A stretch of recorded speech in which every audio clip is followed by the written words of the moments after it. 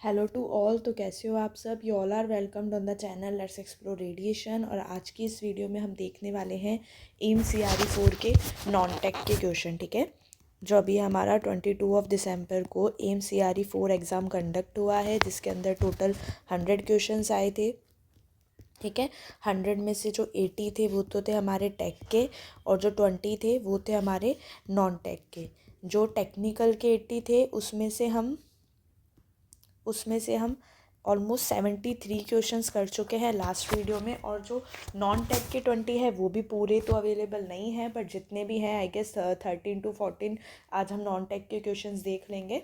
ठीक है, क्योंकि बाकियों के जैसे जो इंग्लिश वाले सेंटेंसेस थे वो एग्जैक्ट क्वेश्चंस बिल्कुल भी याद नहीं हैं। ठीक है, और अगर किसी को याद आते हैं तो वो बिल्कुल कमेंट सेक्शन में बता सकता है, जैसा कि आप सब देख रहे हैं। जैसे जैसे आप बता रहे हो कि हाँ ये इशू था, या फिर मेमोरी बेस्ड क्वेश्चन है, तो for sure no one is perfect. But हाँ, जैसे जैसे है, मैं पिन कमेंट में आपको करेक्शन अवेलेबल है। लास्ट वीडियो का भी जो टेक्निकल के 80 क्वेश्चंस वाली वीडियो थी, सॉरी 73 जो हमने किए हैं, ठीक है, जो टेक्निकल पार्ट वाली वीडियो थी उसको भी आप देख लीजिएगा। उसमें कमेंट सेक्शन में पिन कमेंट ज़रूर चेक कर लीजिएगा। उसके अंदर जो कुछ करेक्शन थे 2-3 क्वेश्चन में, वो मैंने कमेंट करके पिन कर दिया है। ठीक है, इसमें भी अपन सेम प्रोसीजर रखेंगे। जैसे भी किसी को कुछ याद आ रहा है कि नहीं मैम ये ऑप्शन नहीं था, आपको गलत याद है या जो भी, then please let me know in the comment section. I have no issues.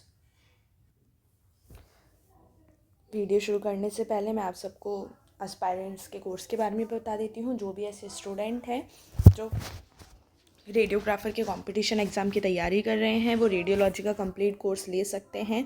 इसके अंदर आपको नॉन टेक पार्ट भी अवेलेबल होगा। इनफैक्ट जो आज मैं नॉन टेक के क्वेश्चन करवाने वाली हूँ, जिन जिन ने ये कोर्स ले रखा है उन्होंने देखा होगा कि 50 to 70% जो क्वेश्चंस थे नॉन टेक के वो थे इस कोर्स में से। ठीक है, जो इसका मेन बेनिफिट है वो है कि ये फर्स्ट 7 डेज़ के लिए बिल्कुल फ्री है। उसके बाद भी जो इसकी प्राइस है वो है ओनली 399।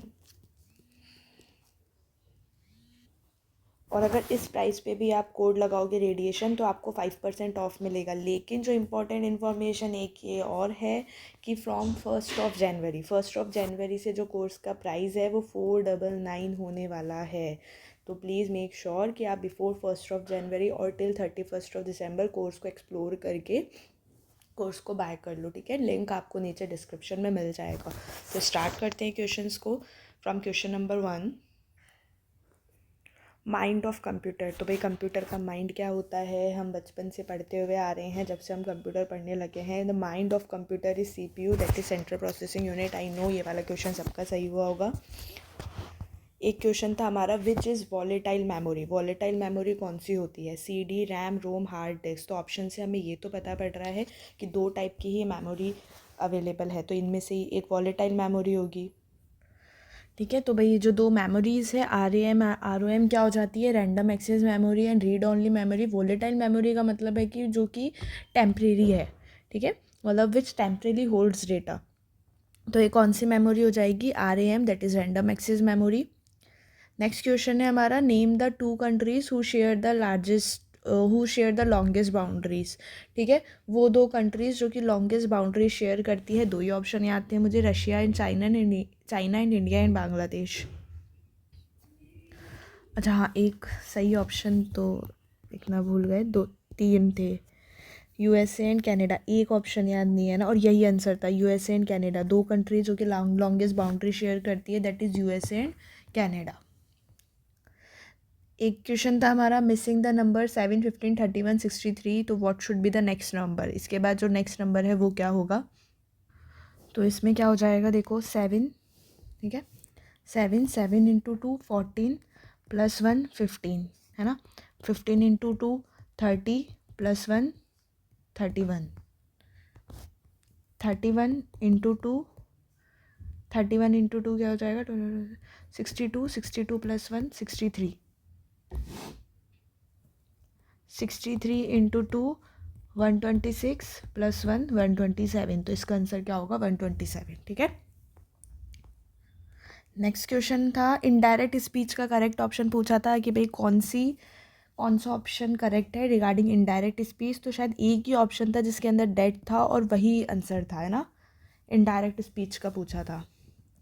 ठीक है, एग्जैक्ट सेंटेंस याद नहीं है बट इनडायरेक्ट स्पीच वही हो जाते हैं। जैसे कि एग्जांपल हो गया कि किसी ने बोला कि आई सो हिम यस्टरडे, लेकिन she said that she had seen the day before. मैंने क्या किया कि उसको डायरेक्ट बोलने की जगह इनडायरेक्टली बोला, है ना, लंबा करके। तो उसमें एक ही ऑप्शन था जिसके अंदर दैट था, वही उसका आंसर है। नेक्स्ट क्वेश्चन है, international जुडिस court situated in which country.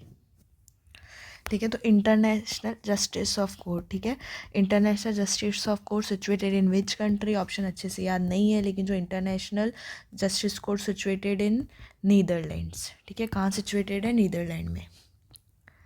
Next था ALU के रिगार्डिंग था क्वेश्चन, अर्थमेटिक लॉजिकल यूनिट। तो ऐसा ही कुछ क्वेश्चन था कि भाई ALU का फंक्शन क्या होता है, शायद कुछ ऐसा था, और उसके अंदर ऑप्शन में था अर्थमेटिक लॉजिक वर्ड था, ठीक है, तो अच्छे से याद नहीं है बट ALU के रिगार्डिंग था क्वेश्चन। अर्थमेटिक लॉजिकल यूनिट इसका पूरा नाम है। ये डिजिटल सर्किट है जो कि कंप्यूटर के CPU के अंदर होता है, जो क्या करता है, सारी जितनी भी, ठीक है, all calculations and logical comparison जो होता है कंप्यूटर के अंदर, वो किसका काम है, ALU का। एंड लॉजिकल कंपैरिजन मतलब लॉजिकल कंपैरिजन जैसे कि हो गए हमारे हैंडलिंग, अर्थमेटिक जो होता है ऐड सब्ट्रैक्ट सब यही करता है ना, एंड लॉजिकल कंपैरिजंस। नेक्स्ट है व्हाट इज द नहीं which is the first country, which is the first country to allow women to vote. कौन सी फर्स्ट कंट्री थी जिन्होंने वुमेन को वोट करने के लिए अलाउ किया था। तो जो फर्स्ट कंट्री थी वो थी न्यूजीलैंड, ठीक है, New Zealand was the first country who allow women to vote. एक था कंटेंट का सिनोनिम, है ना, कि जो कंटेंट वर्ड है उसका सिनोनिम क्या होगा, ठीक है, कंटेंट था या फिर कॉग्नेंट था, कॉग्नेंट नहीं, स्पेलिंग अच्छे से ध्यान नहीं आ रही है, कॉग्नेंट में ये था, वेट, कंटेंट ऐसे बोलने में वो नहीं, कॉगेंट ऐसा था, है ना, ये था वर्ड जिसका मतलब होता है स्ट्रॉन्ग, फोर्सफुल, पावरफुल, ये था, है ना। तो जो भी ऐसे इसके ऑप्शन थे मुझे बिल्कुल अच्छे से याद नहीं है, वर्ड तो यही था, जितना मुझे याद है यही थी स्पेलिंग, क्योंकि इसका इसका है लॉजिकल मतलब कि स्ट्रॉन्ग, फोर्सफुल, पावरफुल, ये क्या होते हैं इसके सिनोनिम्स, ठीक है। Country which has longest time zone, वो कंट्री जिसका लॉन्गेस्ट टाइम जोन है, तो जो फ्रांस है, विच फ्रांस के ऑलमोस्ट 12-13 टाइम जोन है, तो France has longest time zones, ठीक है। नेक्स्ट है where is ICJ headquarter located, ICJ headquarter कहाँ पे लोकेटेड है। तो ये तो वही क्वेश्चन हो गया वो कोर्ट वाला, इंटरनेशनल कोर्ट ऑफ जस्टिस, वही सेम ही है, ये तो वही गलती से 2 बार आ गया। यहाँ ये पूरा क्वेश्चन अच्छे से आ गया है ना, वहाँ पे अपन ने शॉर्ट में ही पूछ लिया था तो वो वाला हटाना था, बट कोई ना, देख लेते हैं। इंटरनेशनल कोर्ट ऑफ जस्टिस कहाँ पे है, the Hague, that is in Netherland, ठीक है। एक क्वेश्चन था, देखो पैसेज था, पैसेज में 3 क्वेश्चंस पूछे थे। ये जो पैसेज था वो कुछ ऐसा था कि भाई एक साइंटिस्ट है, नहीं सॉरी 4 साइंटिस्ट है, 4 काम करते हैं अलग अलग, डेटा एनालिसिस का, फील्ड सैम्पलिंग, माइक्रोस्कोपिक और एक लैब वाला था। अब इसमें से लैब वाला नहीं आता है तो कैसे ये लोग काम करते हैं, डेटा वाला मना कर दिया, फील्ड का काम नहीं करूँगा, तो माइक्रो वाला बोला सब कर लूँगा लेकिन फील्ड का काम नहीं करूँगा, फील्ड वाला फिर उसका काम करता है क्योंकि उसके कम इक्विपमेंट से हो जाता है। अब 3 क्वेश्चन आए थे ऐसे कि फील्ड वाले का काम कौन करेगा, किसने डायरेक्ट मना कर दिया फील्ड का काम करने से, फील्ड वाला क्यों काम किया। इसका जो आंसर है इसका आंसर है क्योंकि इसका जो काम इक्विपमेंट से काम हो जाता है लैब का। ये 3 अलग अलग क्वेश्चन थे, मतलब साफ से इसके आंसर थे पैसेज से अगर हम देखेंगे तो, है ना। तो अब एग्जैक्ट वो बिल्कुल याद नहीं है, शॉर्ट में मैंने आपको बता दिया ऐसा है था। और एक क्वेश्चन था डायग्रामेटिक जैसा, है ना, डायग्रामेटिक क्वेश्चन था, वो डायग्राम मुझे नहीं आएगा अच्छे से बनाना, है ना, बट डायग्रामेटिक क्वेश्चन था, उसके अकॉर्डिंग आपको आंसर देना था। तो ऐसे करके बस ये कुछ ही क्वेश्चन ही याद थे नॉन टेक के। और अगर किसी को कमेंट सेक्शन में और भी क्वेश्चन याद आते हैं तो प्लीज़ लेट मी नो। तो ये टोटल हमने देखा जाए तो पैसेज के 3 क्वेश्चन मिला लो, है ना। एक तो जो जस्टिस वाला है वो गलती से 2 बार आ गया, तो ये अपन मान लेते हैं 11th क्वेश्चन, है ना। 11th में लेकिन इसी में ही 3 क्वेश्चन थे, तो 11, 12, 13 और एक ये हो गया 14। तो इस अकॉर्डिंग अपन 14 और 15 मतलब 14-15 क्वेश्चन हमने आज इस वीडियो में देख लिए हैं। तो बच्चे कितने, 5 क्वेश्चन। तो अगर वो 5 क्वेश्चन और किसी को याद हो तो प्लीज़ लेट मी नो। इसके अलावा ना इंग्लिश के ही एक और क्वेश्चन थे सेंटेंस वाले, है ना, वो पूरे सेंटेंस याद नहीं है। तो कुछ इस तरीके से क्वेश्चन आए थे। कोडिंग वगैरह आई नहीं इतनी, है ना, नॉन टेक में इतना पार्ट नहीं आया, ये सब आया था, इंग्लिश के थे, कंप्यूटर के थे, ठीक है। आई होप कि थोड़ा सा लिटिल बेनिफिशियल तो रहा होगा, और जिनको भी याद है वो कमेंट सेक्शन में बिल्कुल अपना कमेंट छोड़ देंगे, जिससे बाकी सब भी देख पाए, ठीक है। Okay, thank you so much for watching.